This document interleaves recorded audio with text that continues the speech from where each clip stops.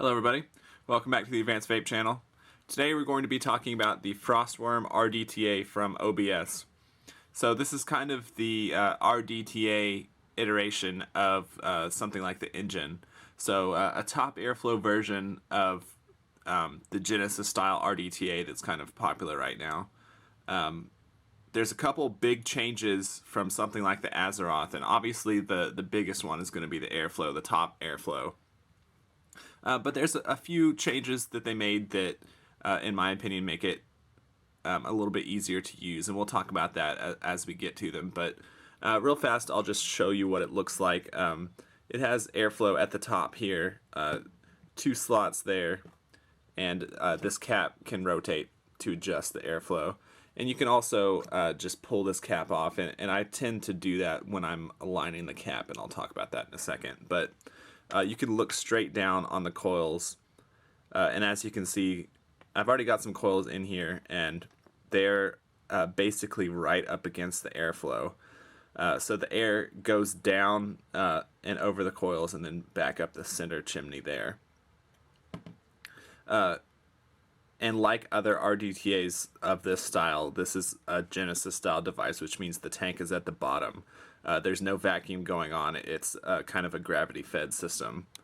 But the wicking system in this is just a little bit different. Not hugely different, but it kind of resembles the different style of RDTA, because it seems like these days RDTA can mean 2 different things.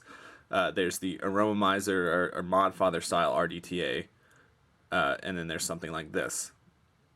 And if you want to be technical, I guess this would make more sense to call it an RDTA, because you can also drip on this, and nobody really drips on an aromizer. But the term is sort of a catch-all at this point. Anyway, it has kind of similar to those holes from the Griffin Mini or something like that, the aromizer, where it wells up. But there's no vacuum causing it to well up. So whether or not that really makes a difference is kind of, I'm not sure. In my opinion, it doesn't really, but it does make it a little bit easier to wick. It also has a velocity style deck, as you can see, and an adjustable post to move this post outwards just a little bit if you want wider coils in there. But this is how it came when I took it out of the package, and for me, this is plenty wide. This is a really big build in there. This is a quad core alien with 6 wraps, and to me that pretty much covers the airflow completely. So I don't think I would want to get too much wider than that, although you have the option to if you want. Another little feature, it might be kind of hard to catch it on camera, but there's metal walls at the edges of this fill port.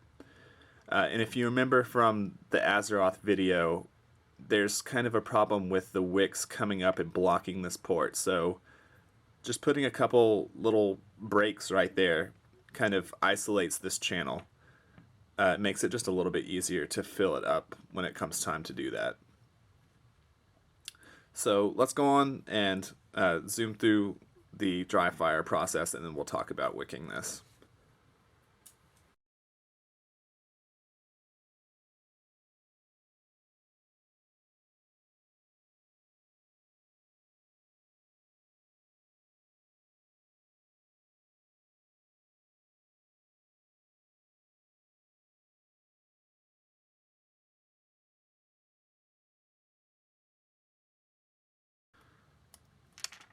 Okay, I think we're good.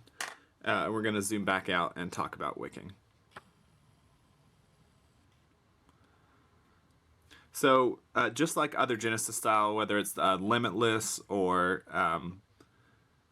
the Azeroth, something like that, the wicking on this is super important, and it's kind of gravity dependent instead of vacuum dependent. So it requires you to somehow physically make contact with the juice that's in here with the wicks up top, and what that usually involves is turning it upside down so that the juice can physically fall onto the wicks and be soaked in, instead of a normal gravity fed style vacuum fed style RDTA, where you breathing in on it actually pulls the juice through the wicks.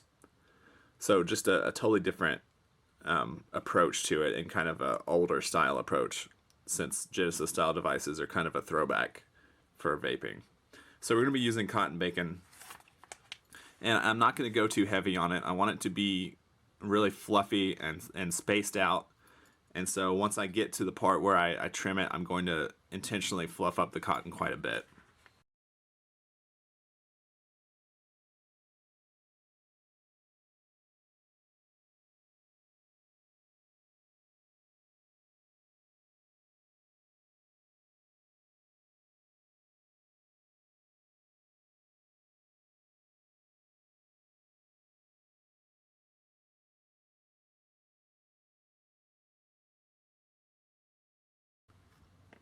So I typically cut it right at about the base of this O-ring here.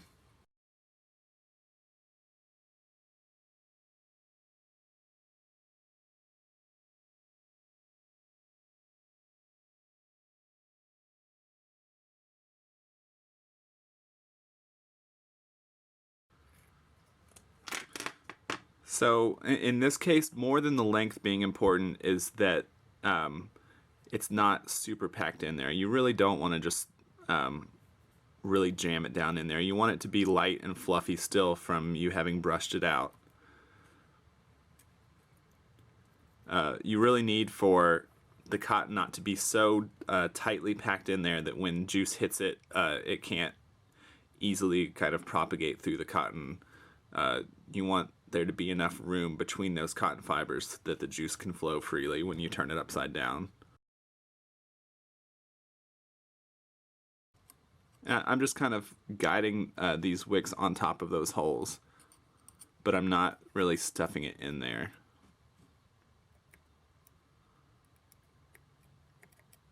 And something like these tweezers make it much easier to do this than if I was trying to do it with some ceramic tweezers or just bigger tweezers.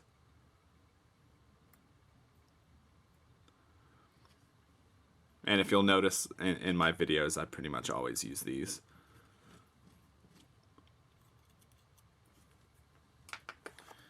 Okay, we're ready to saturate the coils.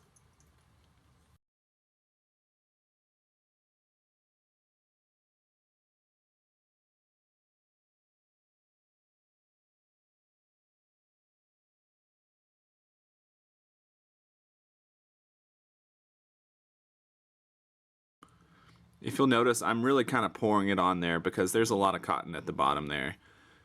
You want to make sure that they're pretty well saturated to start out with.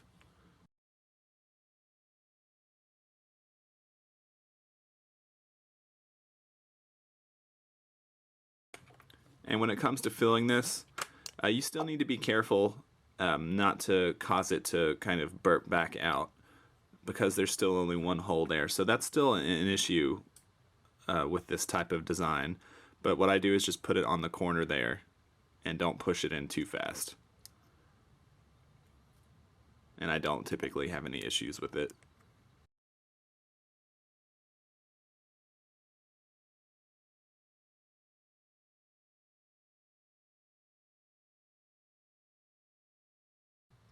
See, at the very end there, I started pushing it in just a little too fast, so it started slowing down and coming back up.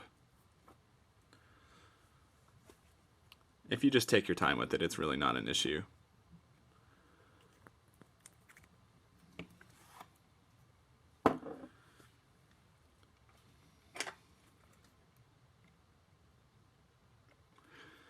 So at this point, you want to make sure that this top cap is lined up with the coils. There's no mechanism in there, sort of like the velocity, that makes it click into place, which would have been nice and would have been very easy for them to do.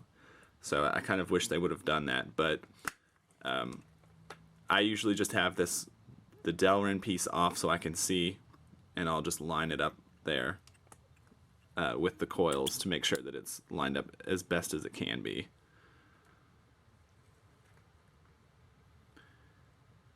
I know it's kind of hard to see on camera, but you can easily see that the coils are lined up pretty well there.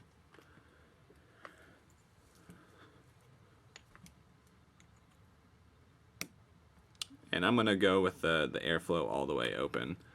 And since this is a quad-core Alien, I'm going to go maybe 95.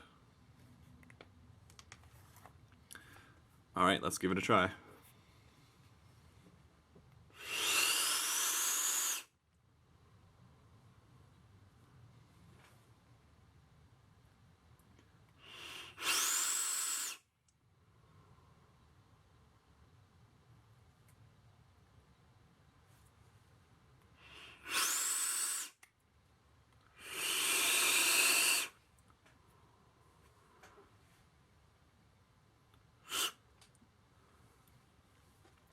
So like other top airflows, there's a lot of noise there. And with this in particular, you want to be careful about turning it upside down. So you kind of do need to turn it upside down, or at least turn it on its side like that to let the juice make contact with the wicks, especially when the juice starts getting low. But unless you have those holes really well covered, it's going to leak if you do that. and kind of a little bit more prone to leaking than something like the Azeroth. So the Azeroth, I could just hold it upside down indefinitely, and I'm pretty confident that although I have these holes blocked, if I turn this upside down, eventually it's going to start pouring juice out. So just give it a little turn like that, and that's all you really need.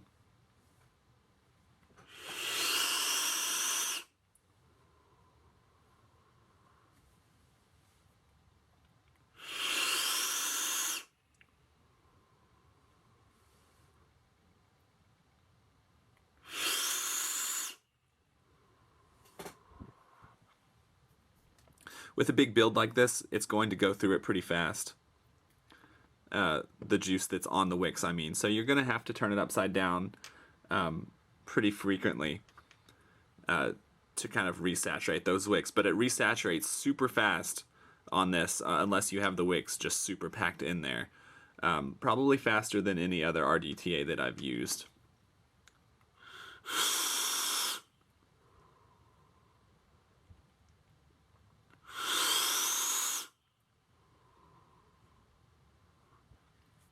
And after you've turned it upside down, the saturation level is basically at what it would be with an RDA, which is in line with the other RDTAs.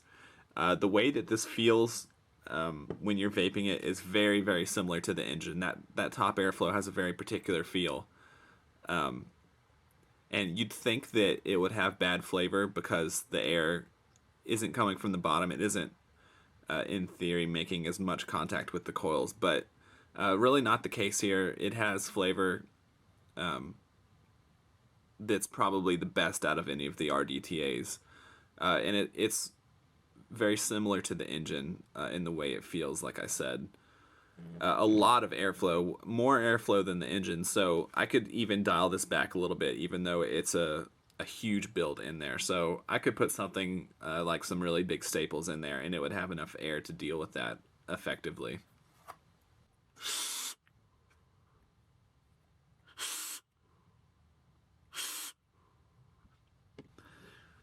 Yeah, if you like the engine and have been looking towards getting into an RDTA, this is a very, very good choice for that. It's sort of a combination of the RDTA style with the engine. They feel really similar. The flavor is very similar.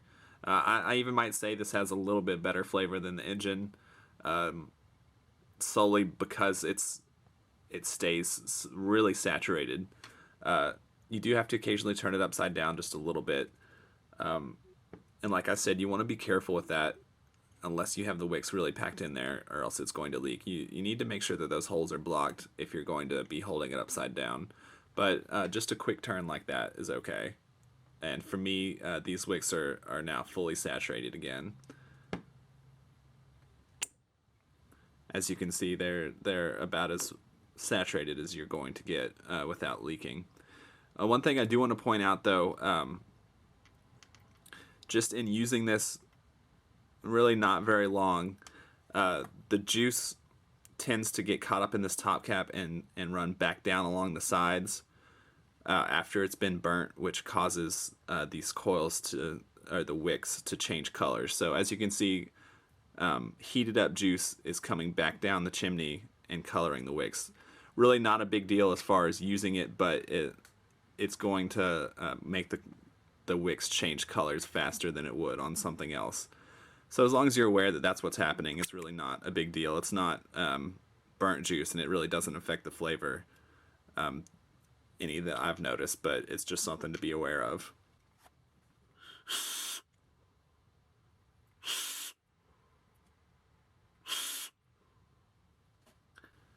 Yeah, really excellent flavor and good design.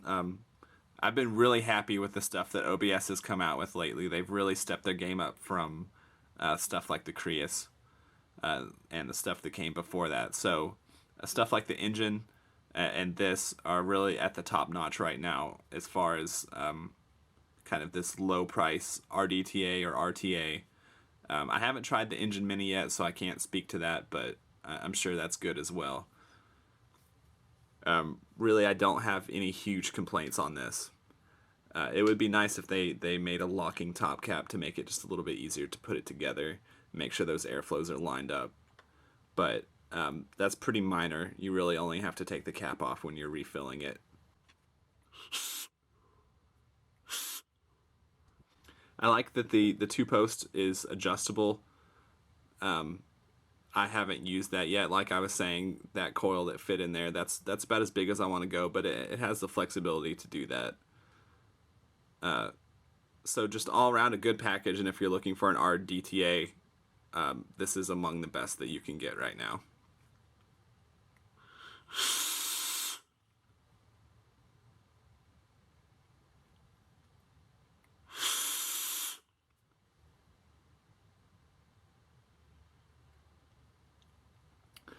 So that'll bring us to the end of this video about the WYRM RDTA from OBS. If you like this video on our channel, give us a like and subscribe to our channel. And as always, if you have any questions, leave them below in the comments or send me an email. Thanks.